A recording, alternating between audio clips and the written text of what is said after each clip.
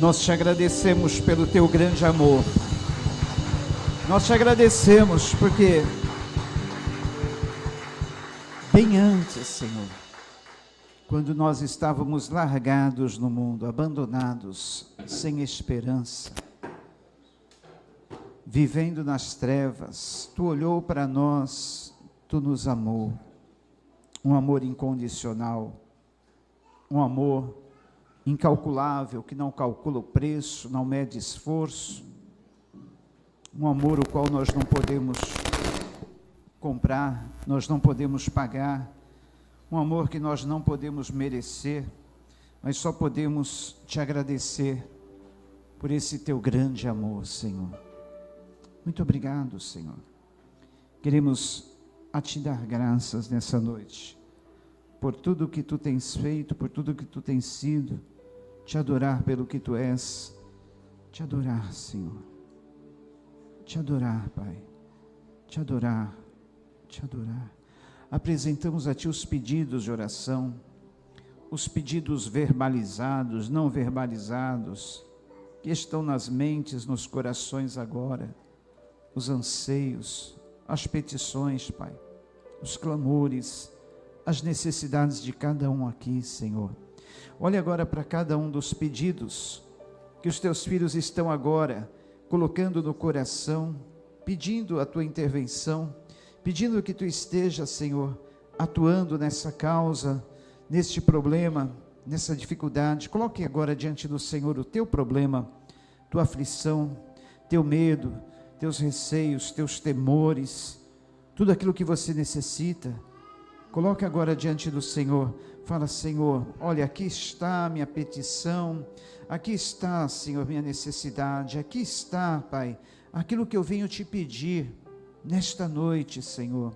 O Senhor está ouvindo a nossa oração, o Senhor recebeu a nossa adoração, o Senhor recebe a nossa adoração e está atendendo também os seus pedidos nessa noite. Pai, tu sabes que o pedido que eu mais insistentemente tenho feito a ti nesse tempo, Pai, pela saúde da minha irmã lá em Camboriú, pela saúde da Nena, pela saúde da minha sobrinha, Pai, pelas bênçãos sobre aquela família, Senhor. Conforta, dá graça, dá força neste momento de turbulência, nesse momento de aflição, nesse momento de necessidade, Senhor. Dá força em todo o propósito, em todo o processo, para que possam suportar. Abençoa cada um aqui que está passando também por aflições, Pai. Aquela pessoa que pegou um diagnóstico médico contrário ao que estava esperando. Aquela pessoa, Senhor, que tem perdido a esperança de vida.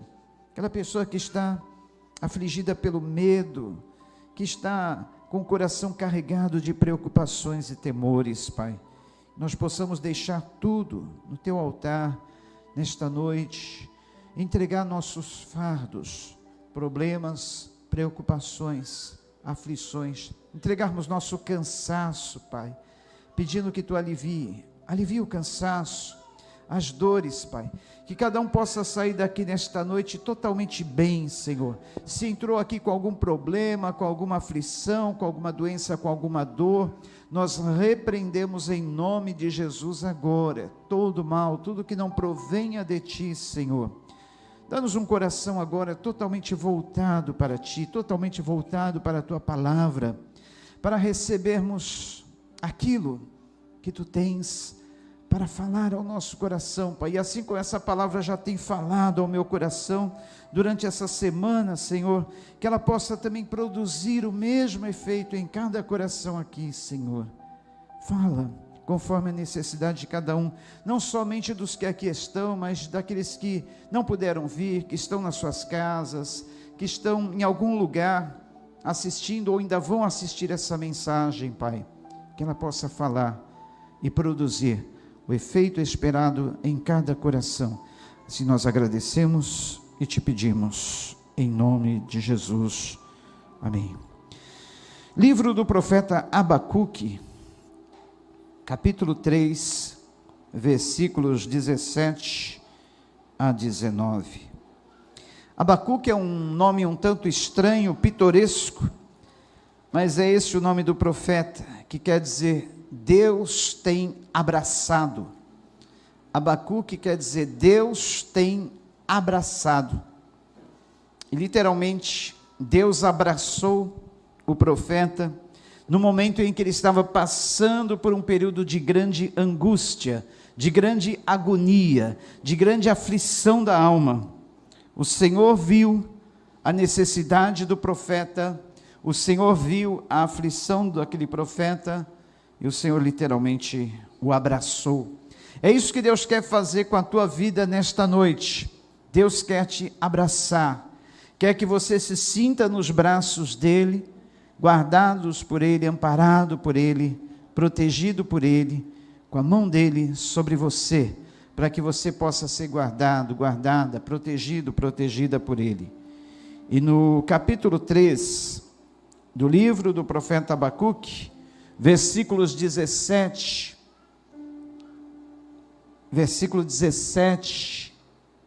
em diante, é o versículo 17, tá? De Abacuque 3, que diz assim, olha: mesmo não florescendo a figueira, versículo 17, Dieguinho, 17, pula do 15 para o 17, por favor. Alguém ajuda o Dieguinho aí, por favor. Para que todos possam acompanhar a leitura. Versículo 17 de Abacuque 3. Mesmo não florescendo a figueira, e não havendo uvas nas videiras, mesmo falhando a safra de azeitonas, não havendo produção de alimento nas lavouras, nem ovelhas no curral, nem bois nos estábulos, ainda assim eu exultarei no Senhor, e me alegrarei no Deus da minha salvação. O Senhor, o soberano, é a minha força. Ele faz os meus pés como os do servo, faz-me andar em lugares altos. Eu vou ler de novo, olha, versículo 17.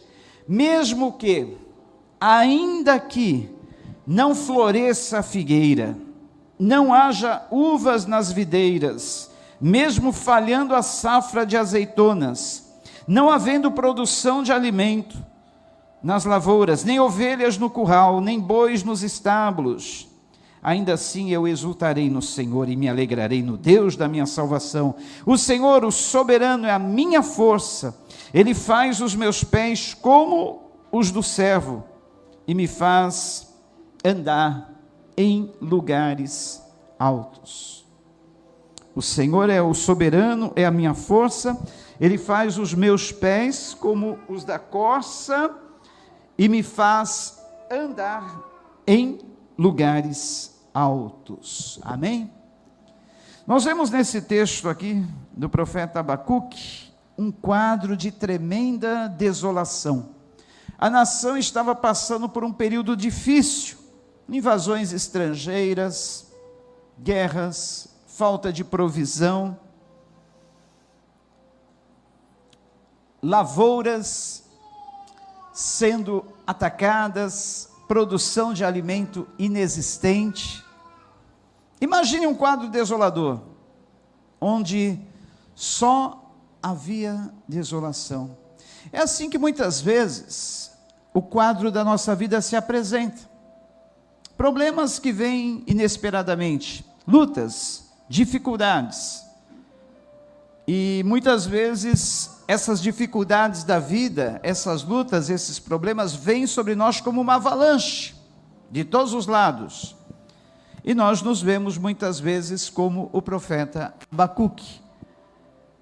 No momento em que quase a esperança se esvai, às vezes um diagnóstico médico, uma doença inesperada na família, às vezes a perda de um ente querido, muitas vezes o desemprego bater na porta da sua casa, a falta de provisão, às vezes as dívidas, problemas sentimentais, problemas conjugais, problemas com criação dos filhos, problemas no trabalho, diversos problemas.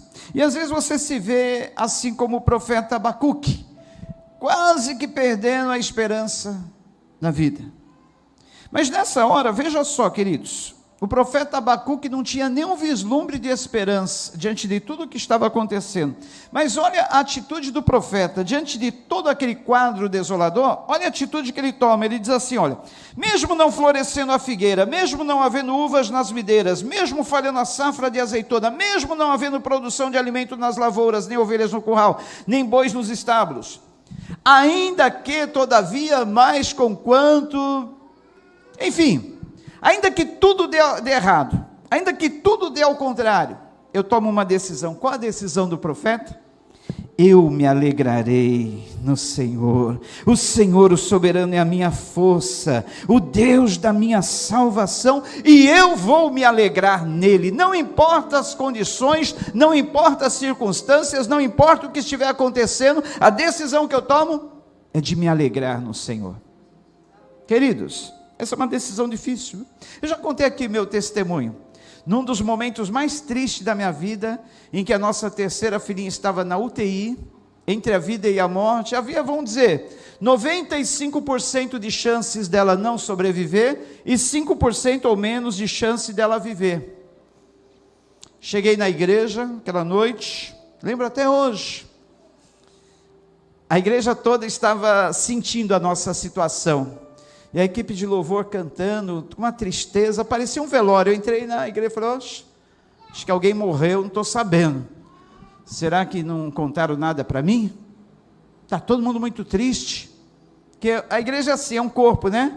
Quando um fica triste, todos se entristecem. Quando um se alegra, todo mundo se alegra. Eu parei o louvor.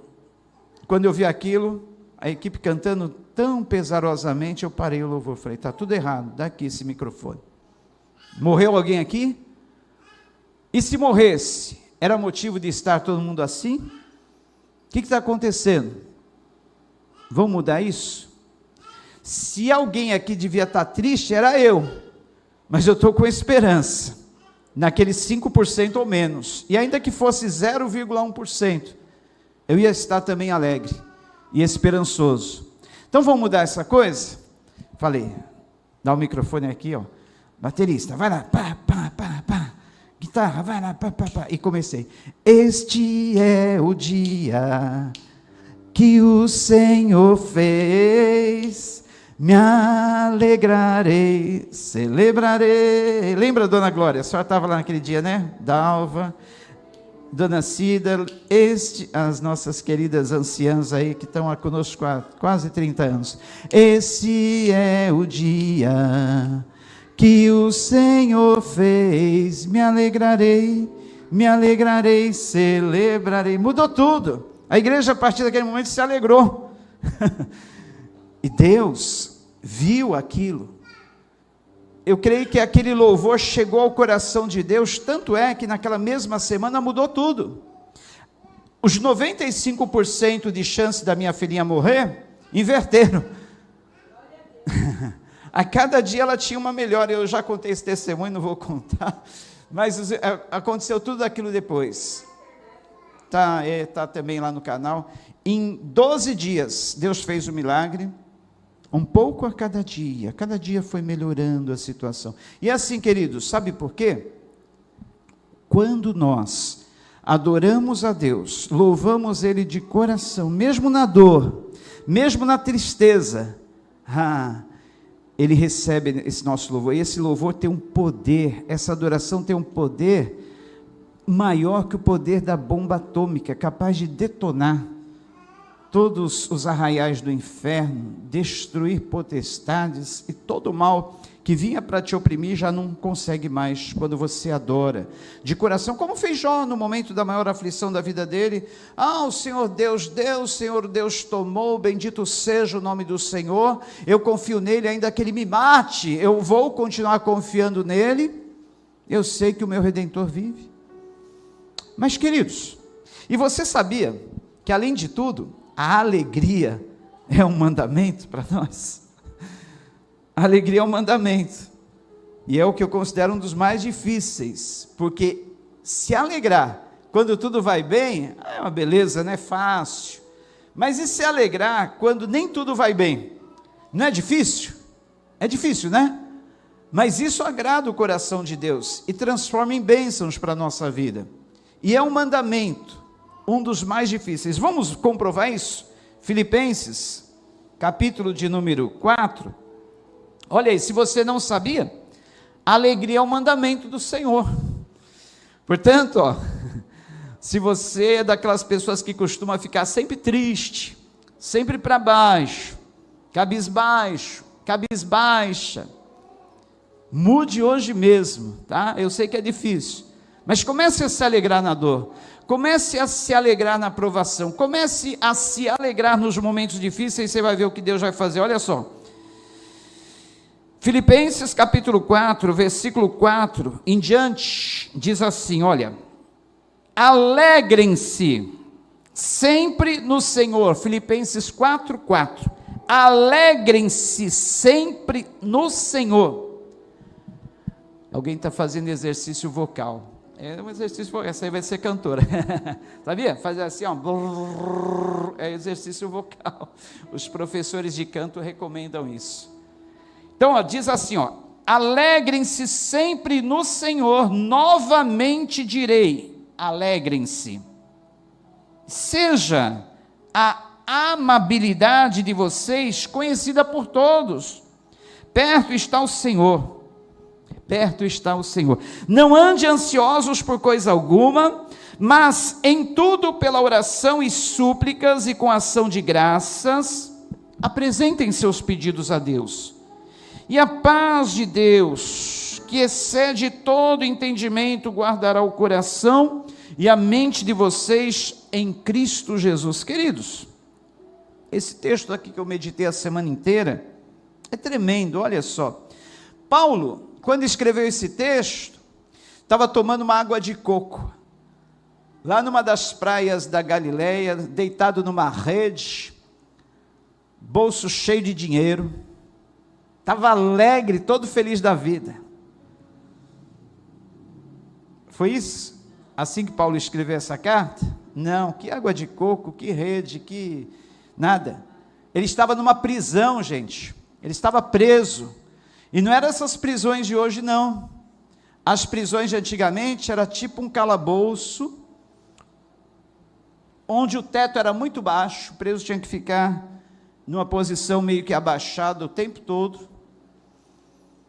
Lugar úmido, totalmente insalubre. E detalhe, ele ficava preso, acorrentado entre dois soldados, a cada 4 horas mudava o turno. Por quê? Paulo era considerado um prisioneiro de alta periculosidade. Mas por quê? Ele cometeu algum crime? Fez algum mal? Ele era tipo beira-mar, que precisa ser guardado em prisão máxima? Não. Paulo, ele era considerado perigoso, porque não havia prisão que podia segurar o camarada. Lembra daquele episódio, que eles estavam presos, ele e Silas, e à meia-noite eles cantavam louvores na prisão. O que aconteceu? Veio um terremoto, as paredes do cárcere começaram a tremer, as portas se abriram e todos os presos foram livres. Então, para que não acontecesse mais isso, vamos vigiar esse camarada da forma mais, da maneira máxima que a gente puder. Vamos acorrentar ele entre 2 guardas, vamos botar ele num calabouço bem interno lá da prisão, para que ele não saia mais. Ele tem alguma coisa nele, que faz com que ele não fique preso. E Paulo, nessas condições, escrevendo a uma das igrejas que ficava na cidade de Filipos, ele disse assim: irmãos, alegrem-se. Se tem alguém que era para estar triste, sou eu, preso, privado da minha liberdade, distante das pessoas que eu amo, sem poder pregar a palavra, estou aqui na cadeia, sem ter cometido crime nenhum, apenas por pregar a palavra de Deus, mas eu estou alegre, porque Deus, até nisso Deus tem um propósito. Vocês sabem que até os guardas que ficam aqui acorrentados ao meu lado, estão se convertendo, estão conhecendo o Evangelho de Cristo? Até nas minhas algemas, nas minhas prisões, Deus tem um propósito. E Paulo descobriu que em cada situação que nós passamos, em cada dificuldade, sempre tem um propósito.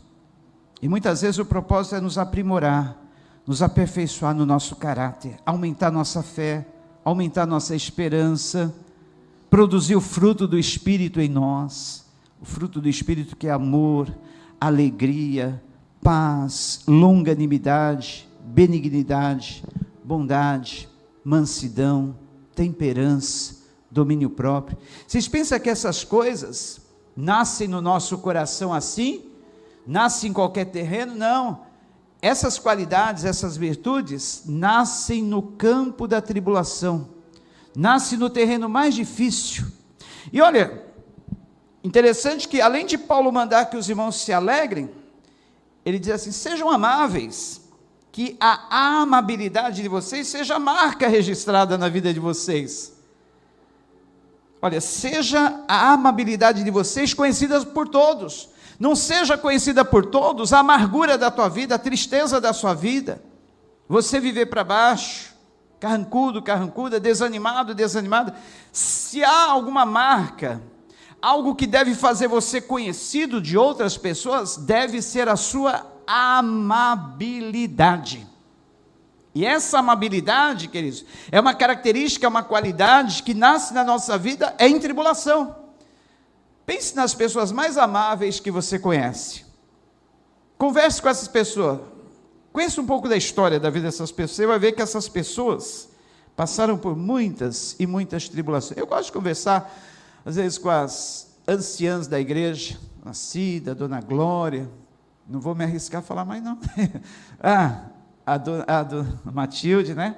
Chega, tá bom, né? Senão daqui a pouco eu vou colocar aí no hall. Alguma que não é anciã, depois vai ficar com cara feia, né? Em vez de eu ver a amabilidade dessas pessoas, vão me querer pegar de pau. Ô, pastor, que negócio é esse de me chamar de anciã? Mas essas três eu tenho certeza que são anciãs, porque já estão para lá de 90 e beirando aí para lá de 80, né? Alguma dessas que eu falei tem menos de 80, não? 87, a dona Glória? 83, a dona Matilde já passou dos 90, né?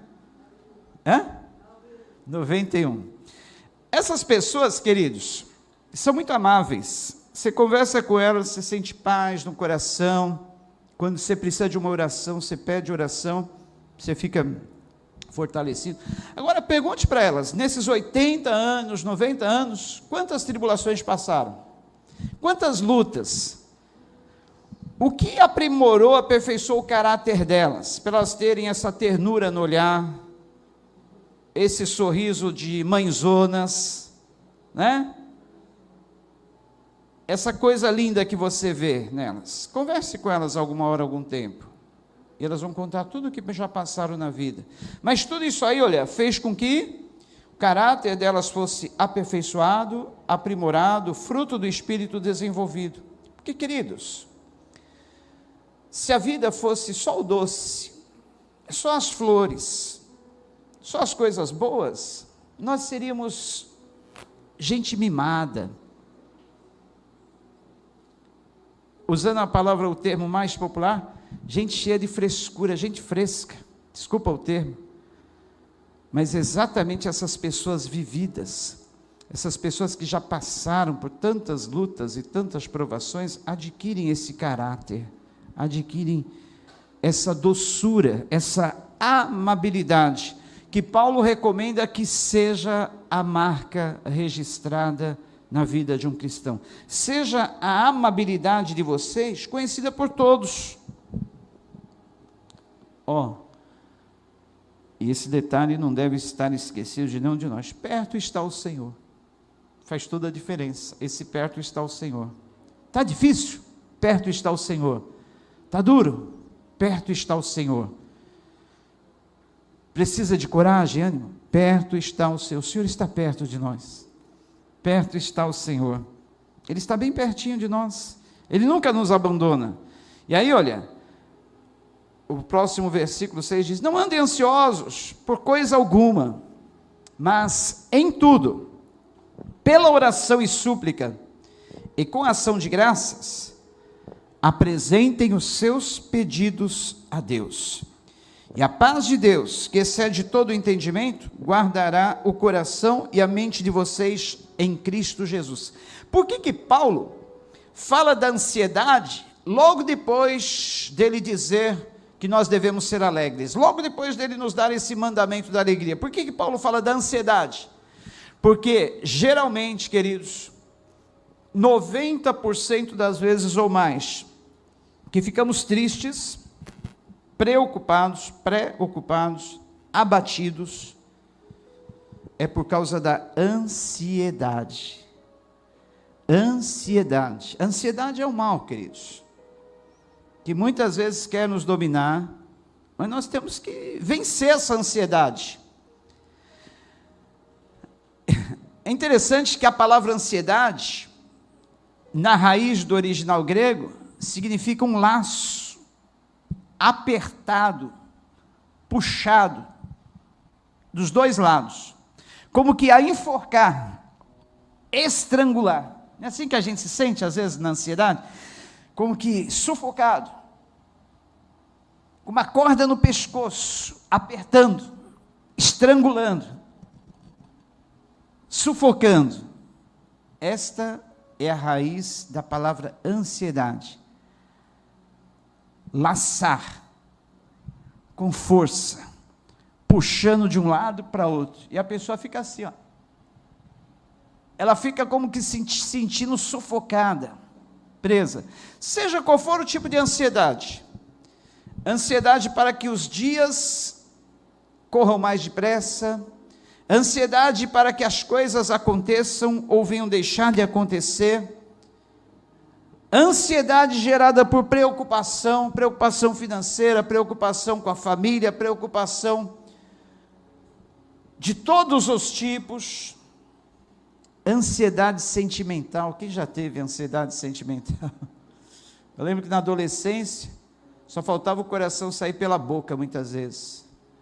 Às vezes o nariz chegava até a sangrar de tanta ansiedade. Ansiedade sentimental é terrível.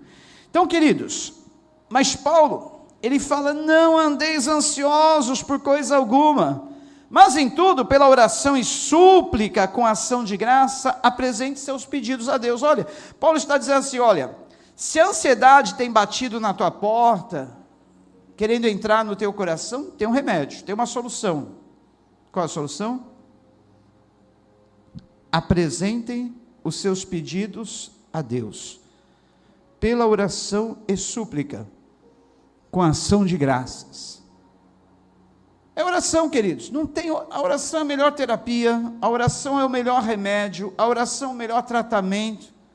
É você chamar Deus para perto de você como um amigo, ainda que você não tenha ninguém. Às vezes não temos ninguém para conversar, né? Parece que às vezes os amigos vão embora, principalmente se você está meio triste, para baixo. Se você está alegre, tendo o que oferecer, você tem muitos amigos, mas quando você está meio assim, as pessoas parecem que fogem. Aí você chama Deus para perto de você: ó, é o seguinte, Pai, está acontecendo isso, ó, estou falando isso.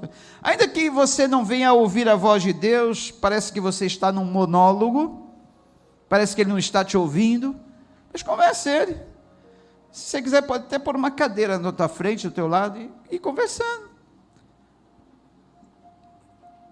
No fim, olha, pode ser que você não ouça nada Deus falar no teu coração, pode ser que você não ouça nada Deus falar no teu ouvido, pode ser que você não ouça palavra nenhuma, mas você vai se levantar dali bem. Você vai falar: desabafei, falei com alguém, contei meus problemas. E para quem que eu contei? Para Ele, que pode resolver toda e qualquer situação. Para Ele, que criou a terra, céus e mares, que fez tudo de um momento para outro através de uma palavra. Ele transformou aquele mundo caótico, confuso e vazio com uma palavra, de um momento para outro. Ele disse: haja luz, e houve luz. Ele disse: haja, e tudo foi criado de um momento para outro. Assim Ele pode fazer na tua vida, mudar circunstâncias, situações, criar tudo de um momento para outro. De um segundo, num piscar de olhos. Diz que a nossa piscada de olhos, ela acontece em milésimos de segundos, principalmente diante de algum perigo. A piscada é algo rápido. É assim que Deus pode fazer na nossa vida, porque Ele criou todo esse universo. Você sabe o tamanho do universo? Alguém disse que o universo é infinito, mas não é. O único que tem essa qualidade, essa característica, esse atributo da infinidade é Deus. O universo não é infinito. Dizem os entendidos que o universo, o diâmetro, a largura do universo tem um tamanho. E esse tamanho é 92 bilhões de anos-luz. 92 bilhões de anos-luz. O que é isso? Imagine você voando numa nave espacial supersônica à velocidade da luz, que é 300 mil quilômetros por segundo. Dá para imaginar o que é uma velocidade de 300 mil quilômetros por segundo? É a velocidade da luz. Quando se fala que o universo tem 92 bilhões de anos-luz de diâmetro, significa que se você voasse a uma velocidade de 300 mil quilômetros por segundo, você levaria 92 bilhões de anos para percorrer toda a extensão do universo de uma parte até outra. 92 bilhões de anos, numa velocidade de 300 mil quilômetros por segundo, para percorrer toda a extensão do universo. É mole? E quem criou toda essa extensão? Nosso Deus. Você sabe quantas estrelas existem? Sabe? A Bíblia diz, e os cientistas chegaram a essa conclusão, que existem mais estrelas do que o pó de toda a areia do mar, das praias, dos mares, e de toda a areia do deserto. Mais estrelas do que os grãos de areia da praia, de todas as praias do mundo e de todos os desertos do mundo. Imagine quantas estrelas existem. Bilhões, bilhões, bilhões e bilhões. E quem criou todas essas coisas? Tem mais. Isaías 40 diz que Deus conhece a cada uma dessas estrelas e chama a cada uma delas pelo seu nome. E se Ele conhece esses bilhões e bilhões e bilhões e bilhões de estrelas, não deixa faltar uma, e conhece elas e chama cada uma pelo seu nome, será que Ele não conhece você?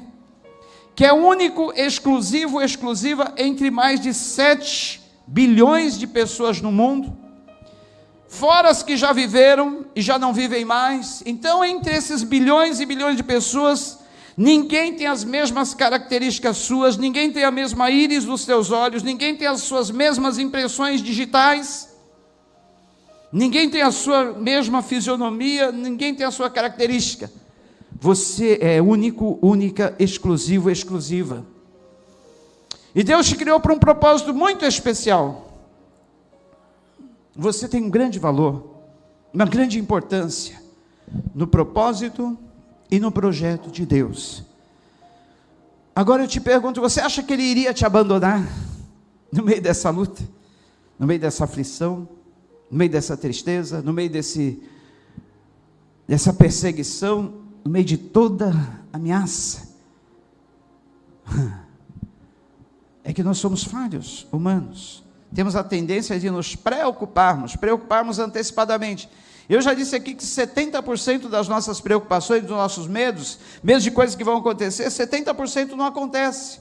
nos preocupamos antecipadamente. E se preocupar antecipadamente é ou se preocupar inutilmente com coisas que nunca vão acontecer, ou se preocupar duas vezes, antes e durante a aprovação. Então, não é melhor não se preocupar?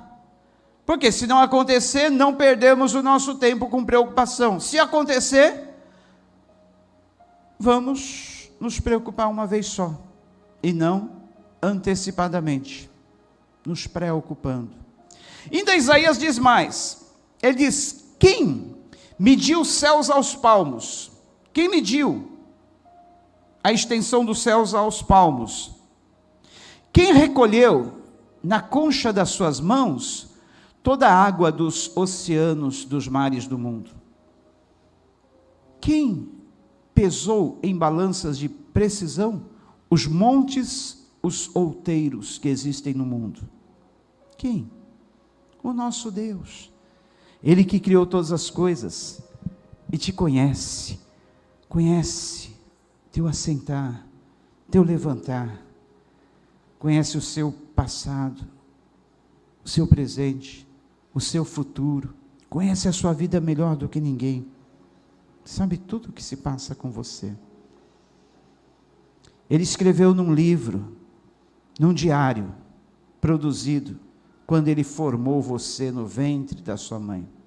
Escreveu um livro, e escreveu nesse livro pensamentos bons a seu respeito, fez os planos, como todo bom pai, boa mãe faz para a vida dos seus filhinhos.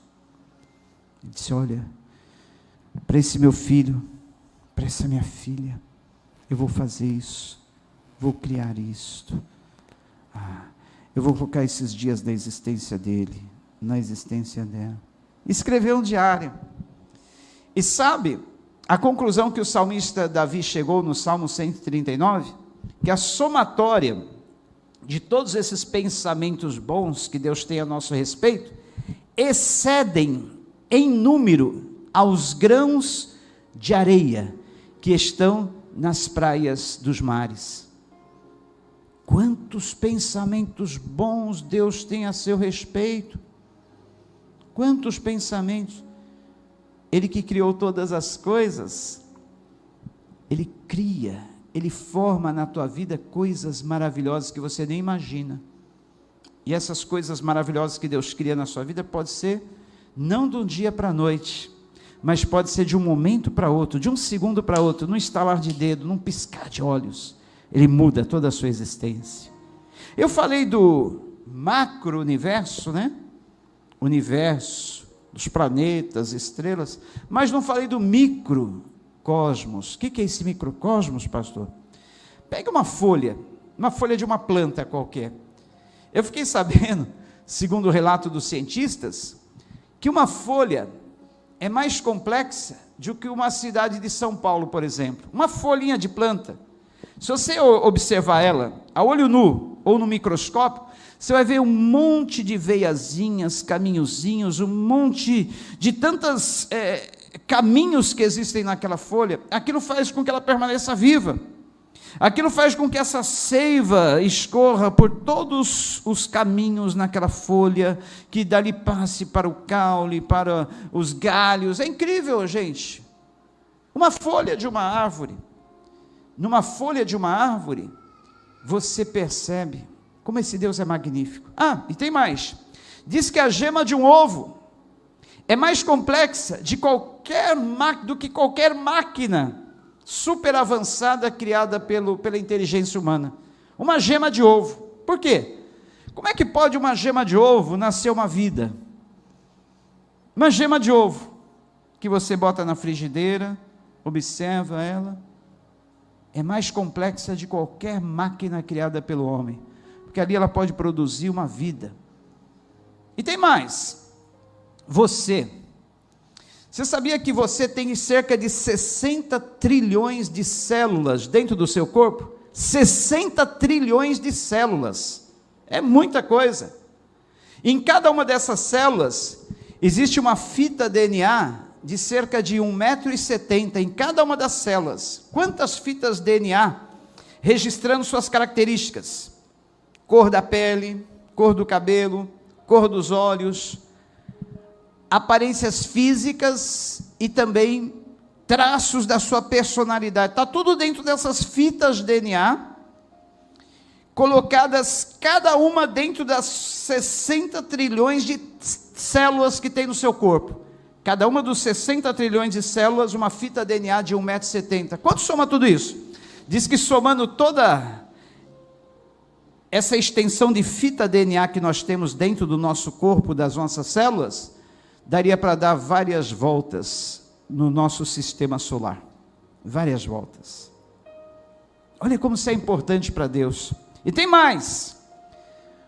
Os cientistas que são inteligentes, sabe que conclusão eles chegaram? Que é impossível que tudo isso tenha surgido do nada. É impossível que tudo isso tenha surgido de uma explosão atômica, de uma explosão cósmica, e criado tudo assim, ó.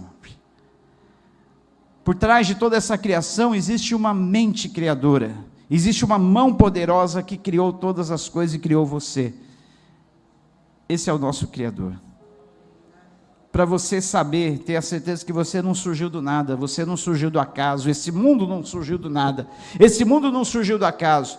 Só uma mente insana, só alguém louco, só alguém sem noção para dizer, o mundo surgiu de uma explosão cósmica, tudo foi formado. Terra, rios, mares, montanhas, vegetações, animais e as pessoas. Gente, insanidade. Pense num pouquinho, 10% de tudo que eu falei, do tamanho do universo, da criação, as folhas dos vegetais, a gema do ovo, as células que existem dentro de você, as fitas DNA.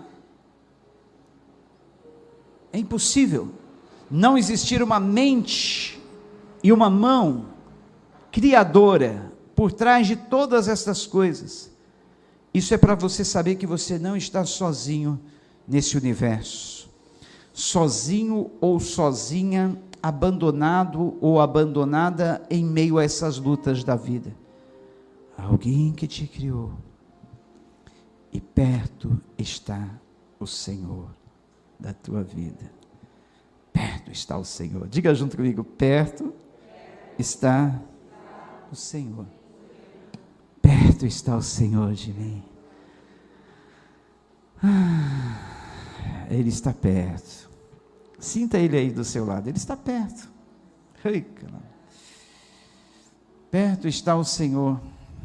Perto está o Senhor. Perto. Perto está o Senhor. Bem perto. Bem perto. Bem perto. Ele está perto. Aleluia. Sinta a presença dEle. Sinta. Ele está bem perto de você. Ele vai continuar perto. Ele não vai te abandonar no meio dessa. Ele vai com você. Pastor, mas eu falhei. Eu não mereço a presença de Deus, não mereço o amor dEle. E quem falou que o amor dEle é condicional? O amor dEle é incondicional, mesmo sem merecermos, mesmo falhando, porque a palavra dEle diz, se formos infiéis, Ele permanece fiel, não pode negar a si mesmo, Ele é fiel. Pastor, mas aí não tem outra opção, senão amar mais ainda esse Deus, se mesmo eu sendo infiel, mesmo eu falhando, Ele me ama, eu quero amar ainda mais esse Deus, esse é o propósito. Ame a Ele de coração, você nunca vai perder nada por isso. Ame a Ele de todo o seu coração, de toda a tua alma, de todo o teu intelecto, de todas as tuas emoções. Ame a Ele, você não vai perder nada com isso, só vai ganhar. Porque se nós não podemos comprar este amor, retribuir a este amor, merecer este amor, por que não amá-lo? Amá-lo, porque Ele nos criou, nos formou todo esse universo infindo, criou um plano para a nossa vida, determinou os nossos dias, escreveu os nossos dias num diário. E tudo vai se cumprindo, conforme o seu querer e conforme a vontade dele. E ainda que as coisas aconteçam na nossa vida, para nós finalizarmos, Romanos 8:28 diz: porque sabemos que todas as coisas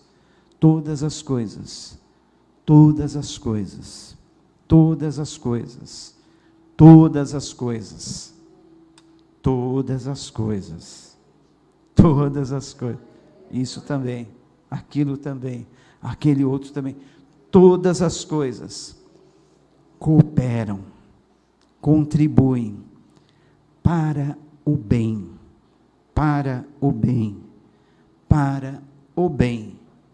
contribuem, cooperam, todas as coisas cooperam, contribuem para o bem daqueles que amam a Deus e são chamados pelos seus decretos. Você ama a Deus? Você foi chamado pelos decretos do Senhor? Então todas,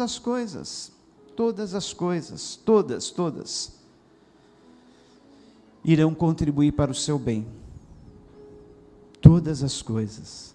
Mesmo as desagradáveis, pastor, mesmo as desagradáveis. Mesmo as coisas que eu não queria que acontecesse na minha vida, mesmo as coisas que você não queria que acontecesse na tua vida. Tem certeza, pastor? É a palavra que diz. Se a palavra dele diz que todas as coisas contribuem para o meu bem, vão contribuir. Pensando nisso, por que se preocupar, né? Por que não se alegrar? A vida é tão curta, trem-bala, né, como diz a música, sopro ligeiro, como diz a palavra, um vapor, uma erva, que hoje está viva, amanhã murcha. Por que desperdiçar essa vida tão curta, com tristezas, preocupações, medos, ansiedades, nos privarmos de bons momentos com pessoas que amamos, com pessoas que queremos bem, por causa da preocupação, por causa da tristeza, por causa da ansiedade, por causa do medo. Mas hoje, tome a decisão que ainda que a figueira não floresça, nem haja fruto na videira, que ainda que venha faltar a provisão, a safra de azeitonas, ainda que não haja ovelhas nos currais, nem gado nos estábulos, mesmo assim, me alegrarei no Senhor, no Deus da minha salvação. O Senhor, Jeová, é a minha força, o meu escudo, a minha fortaleza, a minha provisão. Nele confiarei e jamais me decepcionarei. Nele eu vou me alegrar. Nele eu vou me alegrar.